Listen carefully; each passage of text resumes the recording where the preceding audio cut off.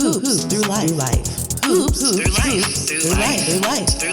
through life. Welcome to another episode of Hoops Through Life, a podcast where we discuss everything related to women's basketball player development, the collegiate recruiting process, and transition from high school to college.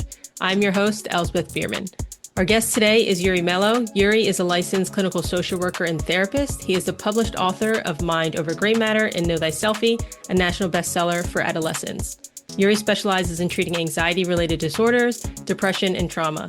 His vision is to inspire youth and young adults everywhere to live deeply. Iuri, I'm so glad you're here. I can't wait to get into it. Thank you for being here. I am excited to be here and provide something that's valuable for you and obviously to your listeners. This is fabulous. Awesome. So first, perfect way to start it. Introduction to you. Who is Iuri Melo? What drew you to becoming a licensed clinical social worker and therapist?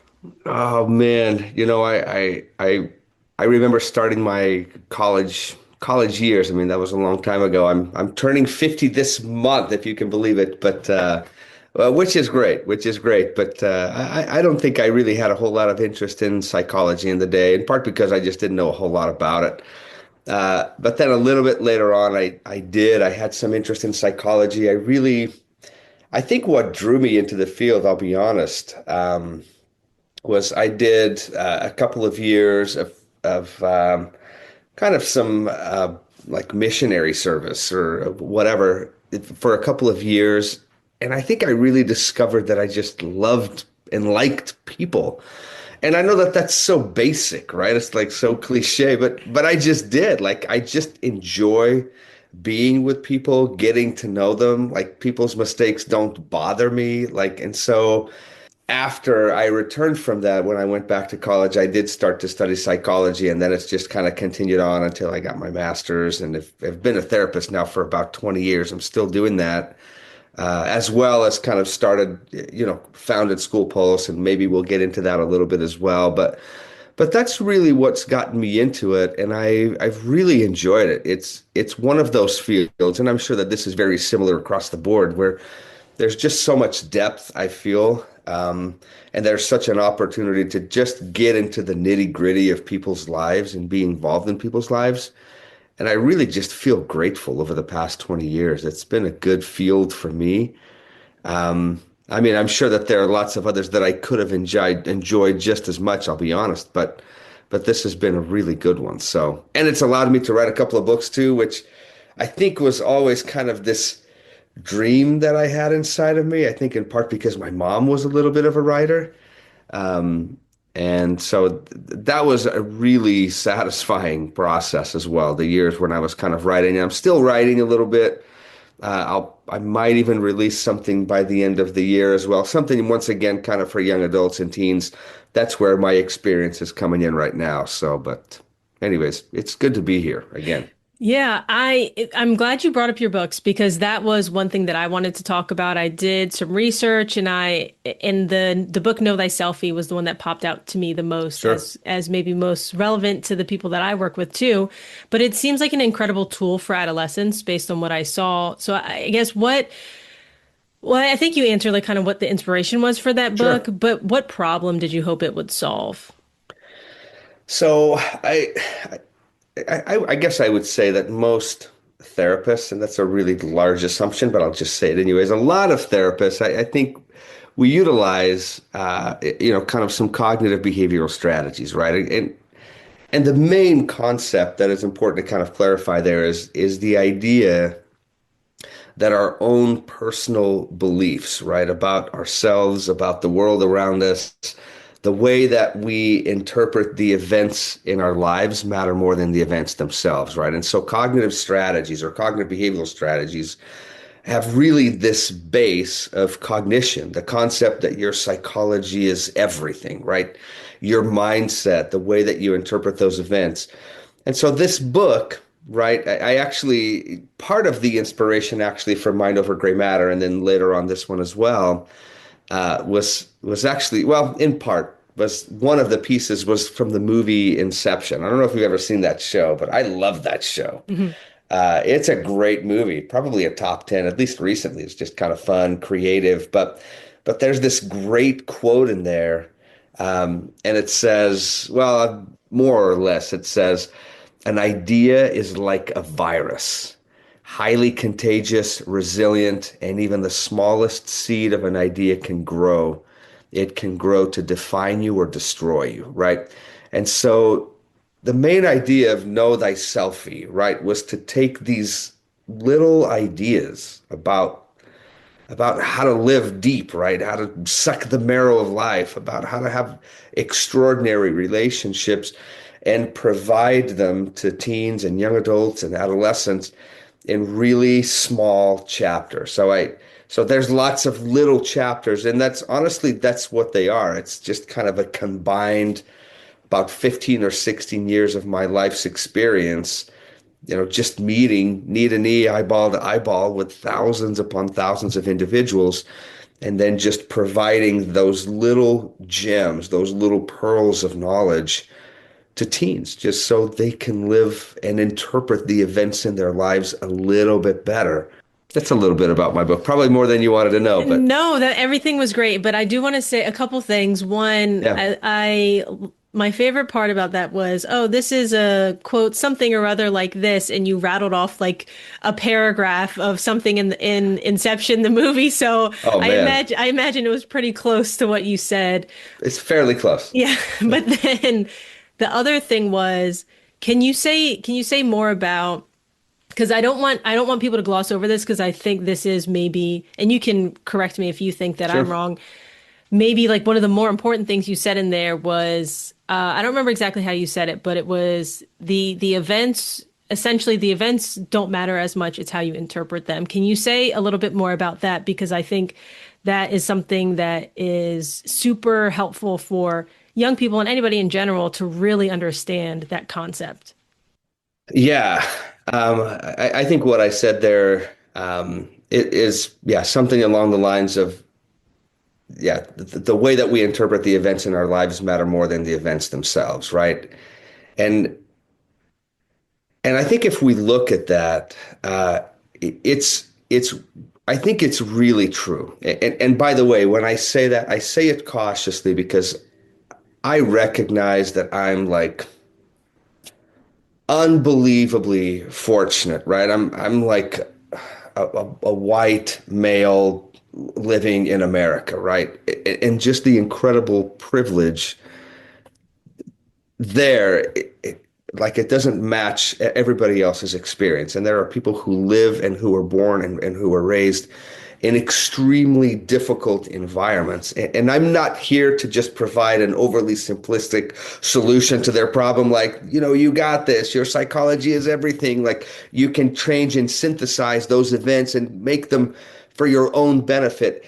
And so I don't want to minimize that ever for anyone. And sometimes when I'm dealing with individuals in my private practice or in other ways that have gone through some really severe, truly, truly severe trauma, all the way from children to men to women to veterans, etc.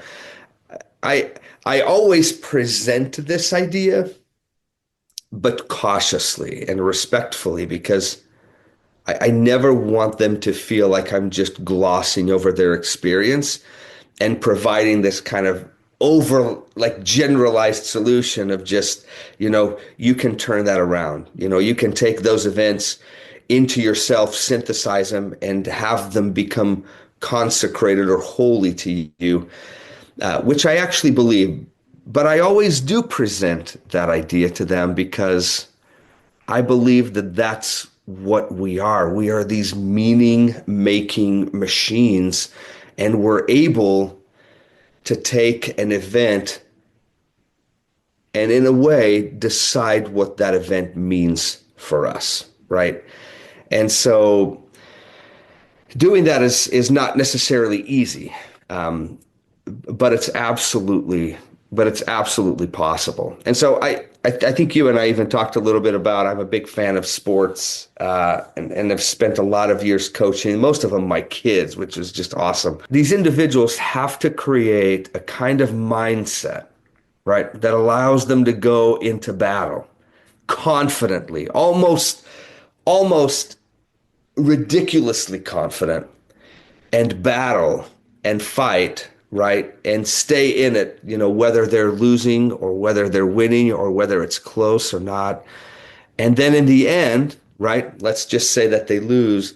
We have to find a way to rebound and repair quickly so that we can go back the next week and we're back at practice. We're back to running our plays. We're back to learning our duties. We're back to doing these things. And so it's a really unique mindset, I feel, when you're dealing with athletes because of that kind of roller coaster like possibility that happens in their lives versus maybe you and I, right? I mean, we certainly deal with some of those and some overwhelm. But our life perhaps maybe looks a little bit more like this. Like we certainly have highs and lows. We certainly have things that we struggle with or events in our lives that are maybe quite shocking and that kind of throw us off our groove. But I feel like athletes, I think, have to deal with that more than we do. And I think, especially when we talk about, I think social media now too, I think it just magnifies that, right? Because, you're not just talking about an event that happened on Friday night, and then it's kind of forgotten and people move on. Like some of these things that happen, like live on for a long time.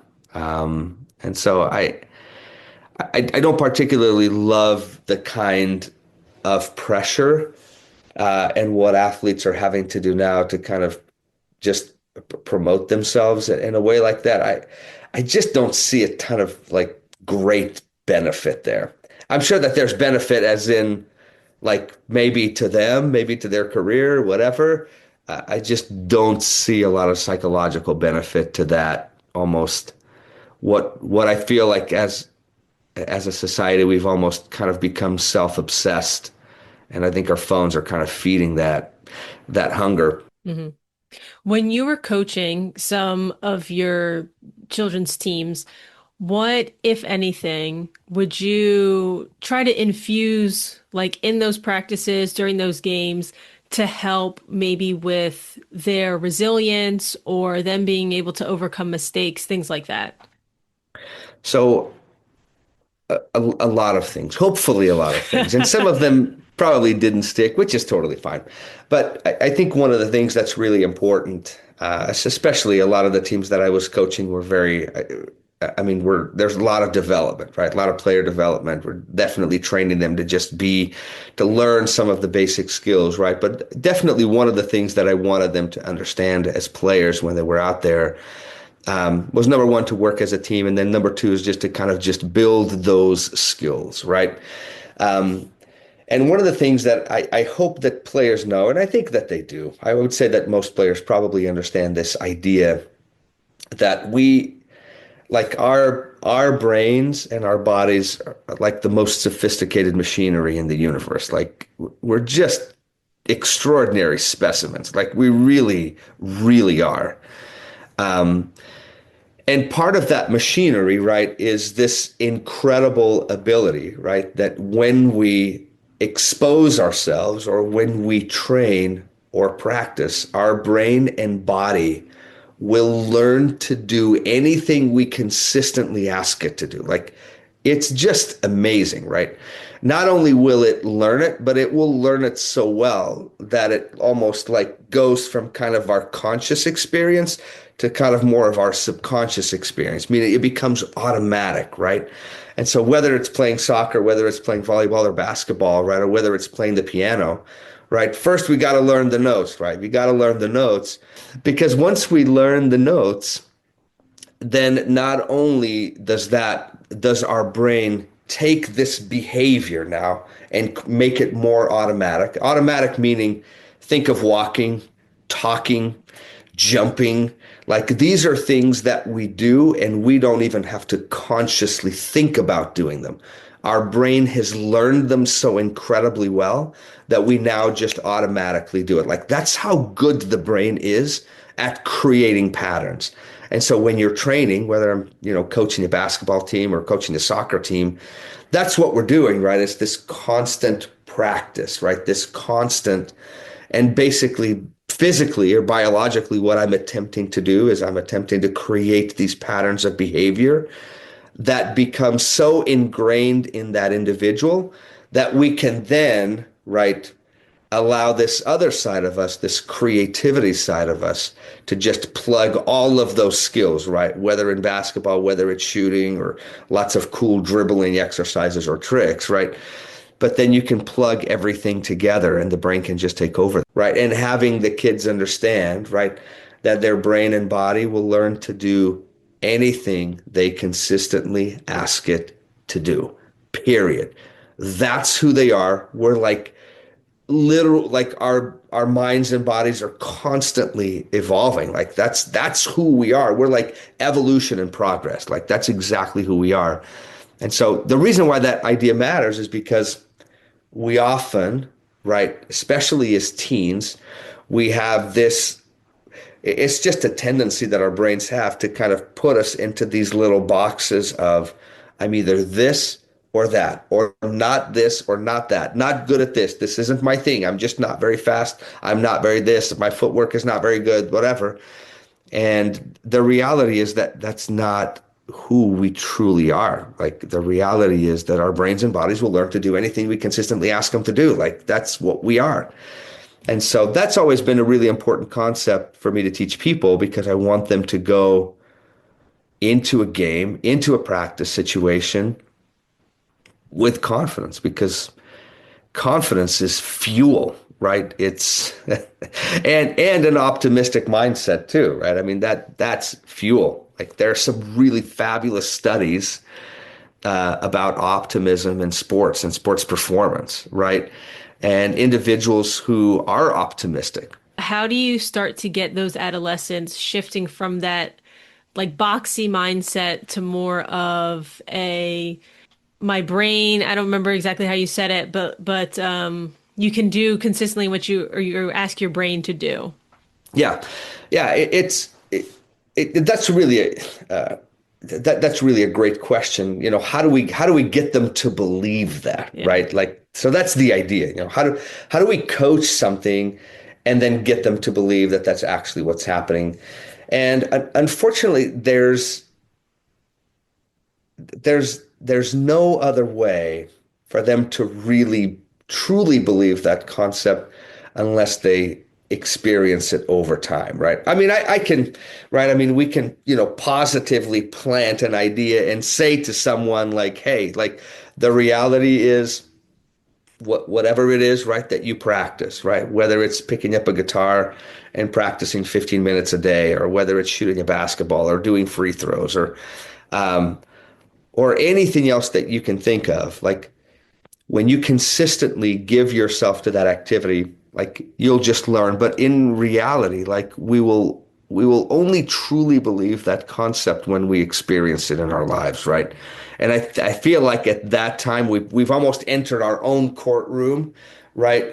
Where we're now laying out the evidence, right, of becoming better, faster, more skilled, better able. And then we not only begin to develop some confidence about our abilities, but also we begin to gather the confidence that I can learn and progress and evolve in new things. And sometimes we'll fall into that trap. And I'm quoting Pride and Prejudice, but there's this lady in there that says, man, had I played the piano, I would have been a true proficient, which is just the statement, right? Like had I played, I would have been great, right? And it's so silly, right? It's so arrogant, right? But I say it and I actually really believe it. Like I believe that had I played and put in the time, the effort, the experiment, the experience, right? I would have learned. I don't know if I would have become a great proficient or a true proficient or not. Um, but I just believe that simple idea, like that I can start now, I can start anything now and develop and evolve with that skill, regardless of what that thing is. And that isn't arrogance. It's just me accepting a reality about what my brain and body are and what they can do. Did you always believe that, or can you think of a time where that shift started to happen for you? I don't know if I always believed that, at least not consciously. I think I was always pretty willing, especially I would say physically. I would say that things came a little bit more easily. I'll tell you where I didn't believe that, and I was, limiting myself. I would say definitely with school or more academic things. I did not think that. For example, I'll do math, right? I just struggled with math, and it was almost kind of like it was cyclical for me, right? I didn't do well, and then I would kind of give up on it. And not only would I give up on it, but I would turn against it. It was almost like it wasn't just that I was bad at math, is that math was stupid and that my teacher was dumb and that I hated that class. And it's just one of those crappy things that sometimes happens in our minds, right? When we enter these real downward kind of cyclical things. And so for athletes or for other individuals, what I'm trying to create for them, right, is a virtuous cycle, right? Which is a cycle that goes the other way, right? Of like I do these things, I practice these things, I perform these things, and as I experience those good ones, not only like do I want to engage in those things more, but I begin to like it more, I enjoy it more. And that's kind of a good definition of a virtuous cycle compared to kind of one of those downward revolving spirals that we sometimes get into. Yeah, I love the comparison of like virtuous versus downward. Yeah. How do you coach people through or help them coach themselves through, oh, I'm on this virtuous cycle, but then something doesn't go the way that I want. And so like maybe they'd start that downward cycle, but bringing them back up. What does that look like? What you're talking about, right, is the process of kind of getting back on the horse again and going, right? Hmm. Um, and I think the best thing that we do, the best thing that athletes do, right, is we re-engage right back into the activity, right? And honestly, like there's no better therapy. There's no better therapy than just to re-engage back into the activity and go again. I'm thinking of like Winston Churchill's quote, right, where he says, failure is not fatal, success is not final, right? And it's just that concept is so important for an athlete. It's so important for anyone in life, right?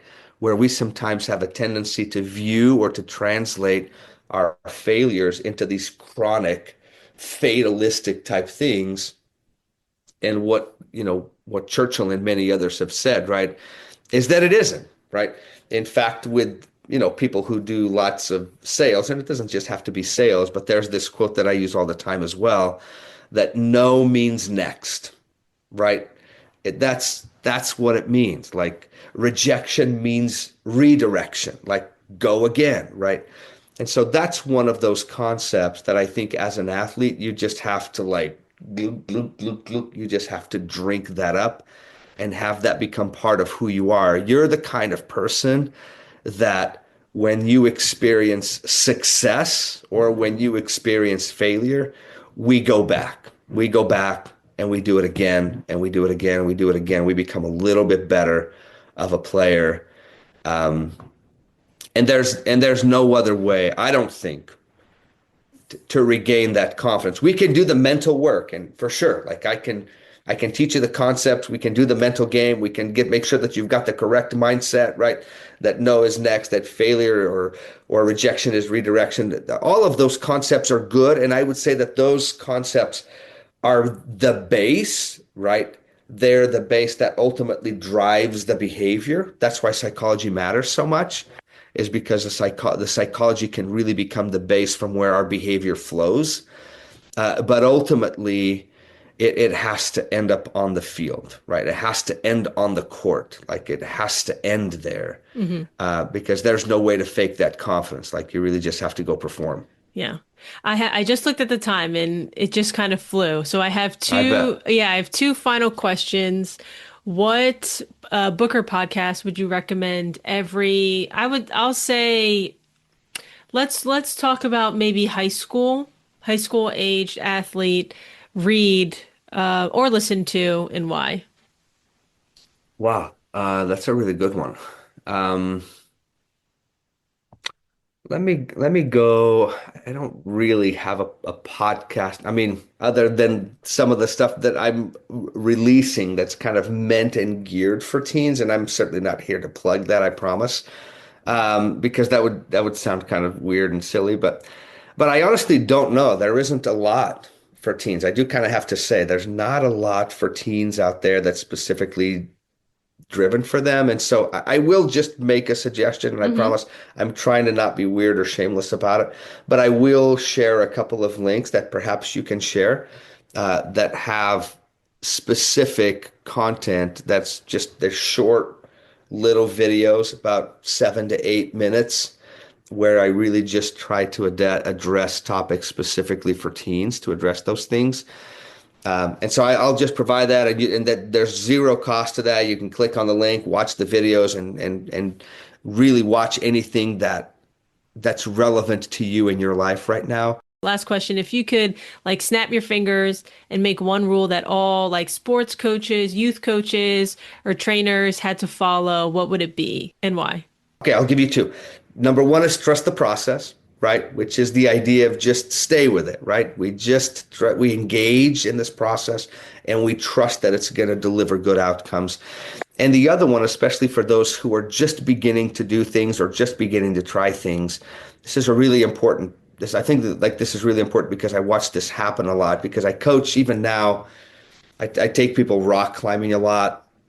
And I teach them how to rock climb. And sometimes what happens with climbing is what happens in a lot of other things, which is people kind of begin an activity and they kind of experience this upward trajectory and they kind of get excited about it, right? And then right after that, it goes down like that, right? And then it kind of goes up again afterwards. But right here in this middle, right, in this little gap, is where people stop doing something, right? Because, they have to wake up early and it's difficult, or it hurts their hands, or it's difficult on their body, or their hands get cut up, and if I could, that would be one of those things, right? Is just, I suppose that kind of connects with that trust the process, but just stay with that part that's down here until it then goes up again. And so the reason why that graph is significant is because I want them to see the full picture, right? Excitement. Ooh, that's really difficult. I don't know if I like it. And then I like really begin to enjoy it. That feels like a perfect way or the perfect way to end it. So, Yuri, I really appreciate your time. Thank you for sharing all of the information. And I'll add those links to the show notes so that people can check those out too. But yeah, thank you so much for being here. Absolutely. I'll send those your way. Thank you so much for listening. If you aren't already, I would highly recommend subscribing to the podcast so you can get updated once new episodes are dropped. If you're a fan of the show, go ahead and leave a review. It really helps spread the word to more athletes, parents, and coaches. Now, if you have any questions for myself or future guests, feedback, or you're curious on how we can work together to help you reach your basketball goals, let's have a conversation. Feel free to email me at l@hoopsthroughlife.com today to set that up. That's EL@HOOPSTHROUGHLIFE.com. Thank you, and I look forward to hearing from you soon.